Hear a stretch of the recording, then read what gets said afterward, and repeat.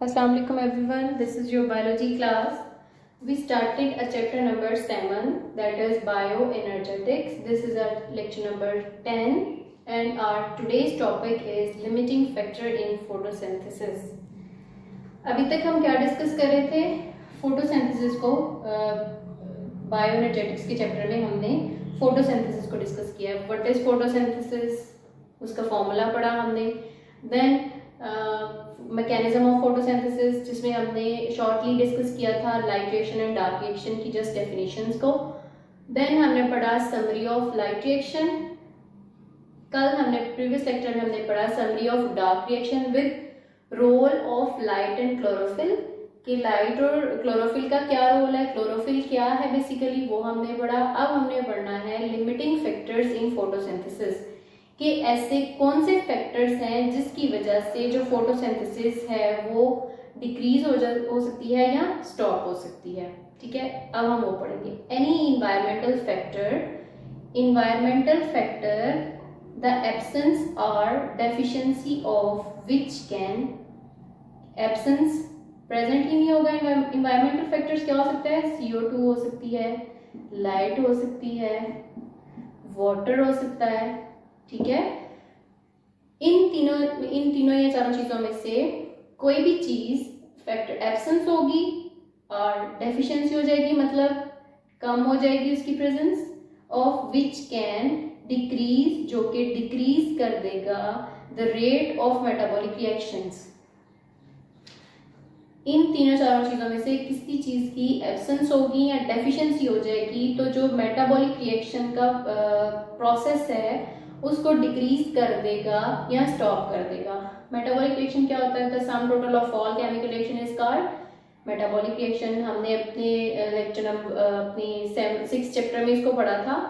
तो अब हम यहाँ पे बेसिकली हमने पढ़ना है कि लिमिटिंग फैक्टर्स, जो ये फैक्टर्स हैं ये बेसिकली लिमिटिंग फैक्टर्स हैं. ठीक है, तो इनका इफेक्ट पढ़ेंगे कि अगर ये एब्सेंस हो जाए या डिक्रीज हो जाए इनकी क्वांटिटी तो फोटोसिंथेसिस पे उसका क्या असर होगा. ठीक है, और अगर बढ़ जाए इनकी क्वांटिटी एक ऑप्टिमम रेंज से तब फोटोसिंथेसिस पे इसका क्या असर होगा. ठीक है, ये बेसिकली हमारा आज का टॉपिक है, लिमिटिंग फैक्टर इन फोटोसिंथेसिस.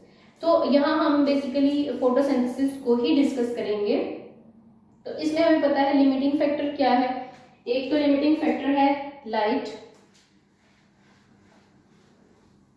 हमारे पास यहाँ पे बेसिकली 2 लिमिटिंग फैक्टर्स है ना, इफेक्ट्स ऑफ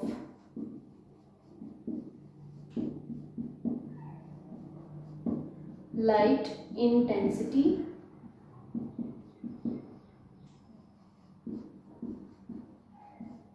एंड टेम्परेचर. देखिए बच्चों, यहाँ पे आपको ध्यान से सुनने वाली, कोर्स से सुनने वाली चीजें हैं कि हमें पता है कि लिमिटिंग फैक्टर क्या है. फर्स्ट ऑफ ऑल हम डिस्कस कर लेते हैं कि light is a limiting factor. ठीक है, लाइट लिमिटिंग फैक्टर किस तरह से है कि अगर लाइट कम हो रही है, ज्यादा हो रही है, बिल्कुल नहीं है, तो उसकी वजह से क्या रिएक्शन होगा फोटोसिंथेसिस पे. ठीक, देखें, लाइट अगर बहुत ज्यादा हो जाती है ना, सन से बहुत ज्यादा जो लाइट एनर्जी है वो हमें मिलती है, तो क्या होगा?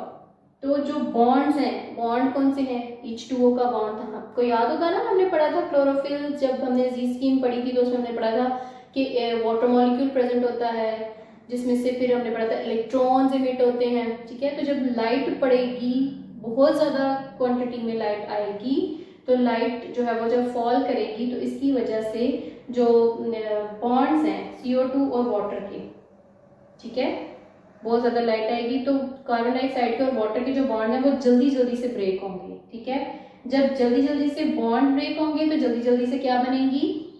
ATP एनर्जी बनेगी. क्लियर? ATP और NADPH फॉर्म ऑफ एनर्जी है ना, हम पढ़ते आ रहे हैं, बनेगी और फिर जल्दी से जो फोटोसिंथेसिस का प्रोसेस है वो जो है वो परफॉर्म हो जाएगा. पहले हम डिस्कस करते हैं कि लेट्स सपोज हमारे पास टेम्परेचर भी है. ठीक है, लाइट भी हमारे पास ऑप्टिमम है, जितनी हमें चाहिए उतनी हमारे पास लाइट है, वाटर भी है, लाइट भी बिल्कुल नॉर्मल है, टेम्परेचर भी बिल्कुल वेरिएबल है. ठीक है, प्लांट के लिए. लेकिन we don't have a CO2. ठीक है, हमारे पास कार्बन डाइऑक्साइड ही नहीं है. तो क्या फोटोसिंथेसिस का रिएक्शन होगा, ठीक है, क्या फोटोसिंथेसिस का रिएक्शन होगा? फोटोसिंथेसिस का रिएक्शन क्या पढ़ा था हमने, H2O प्लस यहाँ पे हम स्पेस छोड़ देते हैं प्लस लाइट, यही था ना लाइट एनर्जी। हम कह रहे हैं कि हमारे पास वाटर भी है but we don't have carbon dioxide, और हमारे पास लाइट एनर्जी भी है। हम कर रहे हैं फोटोसिंथेसिस का प्रोसेस, जिसमें हमारे पास बनना क्या है, ग्लूकोज बनना है, ऑक्सीजन बननी है, कुछ वाटर मॉलिक्यूल्स रिलीज होने हैं, ठीक है। तो जब कार्बन डाइऑक्साइड ही नहीं है तो ये रिएक्शन तो परफॉर्म होगा ही नहीं। अब लेट सपोज हम कहते हैं कि हमारे पास वाटर भी है, हमारे पास कार्बन डाइऑक्साइड भी है, हमारे पास लाइट एनर्जी नहीं है, तो तब क्या ये फोटोसिंथेसिस का प्रोसेस होगा? नो, तब भी हमारे पास ना ग्लूकोज बन सकेगी, क्योंकि लाइट नहीं होगी तो बॉन्ड्स ब्रेक नहीं होंगे, वाटर का बॉन्ड ब्रेक नहीं होगा। लाइट एनर्जी प्लांट पे पड़ रही थी तो क्या हुआ था, वहां पे H2O का जो बॉन्ड था वो ब्रेक हुआ इनटू ऑक्सीजन में और H में, जिसने अपने 2 आयन शेयर किए और ये 2H बन गया। मतलब ये प्रोसेस भी नहीं होगा फिर अगर लाइट एनर्जी नहीं होगी, तो ये प्रोसेस नहीं होगा तो हमारे पास H कहाँ से आएगा? H नहीं होगा तो जो हमने पढ़ा था बाद में डार्क रिएक्शन में कि NADPH का जो H है जो कि हमने लिया था कहाँ से, लाइट रिएक्शन से लिया था, वो रिएक्ट करता है कार्बन डाइऑक्साइड के साथ, हमारे पास ग्लूकोज की प्रोडक्शन होती है। लाइट नहीं है तो ये सारा प्रोसेस भी नहीं होगा। बट इफ हमारे पास कार्बन डाइऑक्साइड भी है, लाइट एनर्जी भी है, लेकिन हमारे पास H2O नहीं है, तब भी ये रिएक्शन परफॉर्म नहीं होगा। तो ये सब क्या है, ये फोटोसिंथेसिस के लिए लिमिटिंग फैक्टर्स हैं। क्लियर? अब आप अपनी हम जनरल एग्जांपल ले लेते हैं कि हम फूड ले रहे हैं, ठीक है, खाना हम प्रॉपरली खा रहे हैं, लेकिन हमें ऑक्सीजन नहीं मिल रही, शॉर्ट टाइम के लिए हमें ऑक्सीजन नहीं मिल रही, ठीक है। तो क्या जो रेस्पिरेशन का प्रोसेस है वो होगा? बिल्कुल भी नहीं होगा। रेस्पिरेशन नहीं होगी तो जो फूड हम ले तो रहे हैं, जब ऑक्सीजन नहीं मिलेगी, हमारा रेस्पिरेशन का प्रोसेस नहीं होगा, तो जो फूड हम ले रहे हैं उसकी ब्रेकडाउन नहीं होगी। क्योंकि हम क्या पढ़ते आ रहे हैं कि हमारी जो फूड हम ले रहे होते हैं उसके अंदर क्या होता है, ग्लूकोज, ठीक है, जिसकी ब्रेकडाउन जब होती है तो इससे हमें क्या मिलती है, एनर्जी मिलती है ATP की फॉर्म में, ठीक है।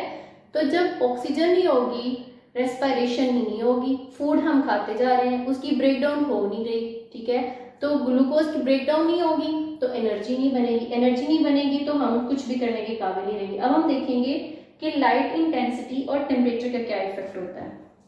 देखें, अगर तो लाइट बहुत कम है ना, एक ऑप्टिमम रेंज होती है, किसी भी रिएक्शन की एक ऑप्टिमम रेंज होती है, ठीक है, वहां तक उस रिएक्शन को परफॉर्म करने के लिए वो चीज चाहिए ही होती है। अगर लाइट हमारे पास कम है, ऑप्टिमम रेंज से कम है, तो हमारा जो फोटोसिंथेसिस का रिएक्शन है वो भी कम होगा, यानी या यूं कह सकते हैं कि स्लोली परफॉर्म होगा, ठीक है। अगर लाइट हमारे पास ज्यादा है, ठीक है, ज्यादा होगी तो जो हमारा फोटोसिंथेसिस का प्रोसेस है वो भी ज्यादा होगा, ठीक। लेकिन अगर जो लाइट है वो उस ये हम इसको लेट सपोज हम इसको कह देते हैं कि ये इसकी ऑप्टिमम रेंज है ना, ठीक है, इससे ज्यादा इसको लाइट नहीं चाहिए फोटोसिंथेसिस के रिएक्शन के लिए, इस लाइट से ज्यादा इसको लाइट नहीं चाहिए। लेकिन अगर लाइट का जो लेवल है वो उसकी ऑप्टिमम रेंज से बढ़ जाता है तो फोटोसिंथेसिस पे क्या रिएक्शन होगा, तो जो फोटोसिंथेसिस का प्रोसेस है वो कांस्टेंट हो जाएगा।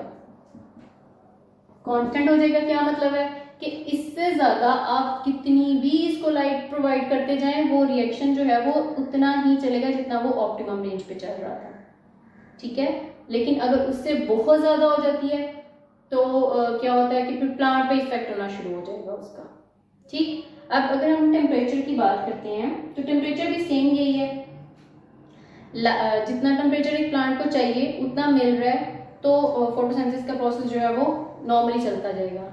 अगर उससे थोड़ा कम है तो फोटोसिंथेसिस का प्रोसेस जो है वो कम हो जाएगा। लेकिन अगर टेम्परेचर बहुत ज्यादा बढ़ गया है तो हमने क्या पढ़ा था कि प्लांट्स क्या हो जाते हैं, विल्टिंग कंडीशन में चले जाते हैं, मुरझा जाते हैं। जब प्लांट के लीव विल्ट हो जाते हैं, विल्टिंग कंडीशन में चले जाएंगे, जब टेम्परेचर बहुत ज्यादा हो जाएगा तो क्या होगा कि जब लीव्स मुरझा जाएंगे तो फोटोसिंथेसिस का प्रोसेस ऑब्वियसली स्टॉप हो जाएगा। क्लियर? अब जो सेकंड हमारे पास है लिमिटिंग फैक्टर दिया है वो है इफेक्ट ऑफ CO2 कंसंट्रेशन जो है लिमिटिंग फैक्टर है। ये भी एक, ये अब तो क्लियरली पता चल गया ना आपको, लिमिटिंग फैक्टर है कि CO2 हमारे पास एटमॉस्फेयर में नॉर्मल है। हम क्या कहते हैं कि अभी हमने अपने प्रीवियस लेक्चर में डिस्कस किया था कि एटमॉस्फेयर में हमारे पास CO2 है जो कि स्टोमेटाज एब्जॉर्ब करते हैं, देन उसको मूव करते हैं मेसोफिल सेल्स के अंदर। मेसोफिल सेल्स के अंदर जाके वो रिएक्ट करती है ऑलरेडी प्रेजेंट मेसोफिल सेल्स के अंदर कार्बन कंपाउंड्स के साथ, और रिएक्शन जो है वो फर्दर प्रोसीड आउट होता है। बट अगर हमारे पास कार्बन डाइऑक्साइड जो है वो नॉर्मली है तो रिएक्शन तो नॉर्मली चलता जाएगा, ठीक है। अगर नॉर्मल से बहुत ज्यादा कार्बन डाइऑक्साइड एनवायरनमेंट के अंदर आ गई है और जो प्लांट है वो उसको एब्जॉर्ब कर रहा है, तो फिर क्या होगा, जो स्टोमेटास हैं प्लांट के गार्ड सेल्स के जो स्टोमेटास हैं वो क्या होंगे, वो क्लोज हो जाएंगे, ठीक है। और जब स्टोमेटास क्लोज होंगे तो वाटर प्लांट के अंदर एंटर नहीं हो सकेगा, ठीक है। ये जो वाटर एंटर होने का रास्ता है ये बंद हो जाएगा। प्लांट के अंदर वाटर नहीं जाएगा तो ऑब्वियसली बात है जो रिएक्शन है वो प्रोसीड ही नहीं होगा। वाटर नहीं जाएगा प्लांट के अंदर तो रिएक्शन क्या होगा, प्रोसीड ही नहीं होगा, ठीक है। क्योंकि स्टोमेटास क्लोज हो गए, कार्बन डाइऑक्साइड की वजह से स्टोमेटास बंद हो गए, स्टोमेटास बंद हो गए तो वाटर एंटर नहीं होगा, वाटर एंटर नहीं होगा तो फोटोसिंथेसिस का प्रोसेस नहीं चल सकेगा। क्योंकि मैंने आपको पहले बताया था कि अगर तीनों चीजों में से जो लिमिटिंग फैक्टर है बेसिकली हमारे पास, इनमें से तीनों चीजों की जो क्वांटिटी है वो नॉर्मल होना बहुत जरूरी है। अगर तो वो अपनी नॉर्मल रेंज में है तो रिएक्शन विल प्रोसीड नॉर्मली, अगर नॉर्मल रेंज में नहीं है तो रिएक्शन परफॉर्म नहीं होगा। ये था आज का topic, limiting factors in photosynthesis. Next lecture में हम इंशाल्लाह रेस्पिरेशन को डिस्कस करेंगे, और इससे रिलेटेड अगर आपको कोई क्वेश्चन हो तो आप व्हाट्सएप पे पूछ सकते हैं। Thank you so much.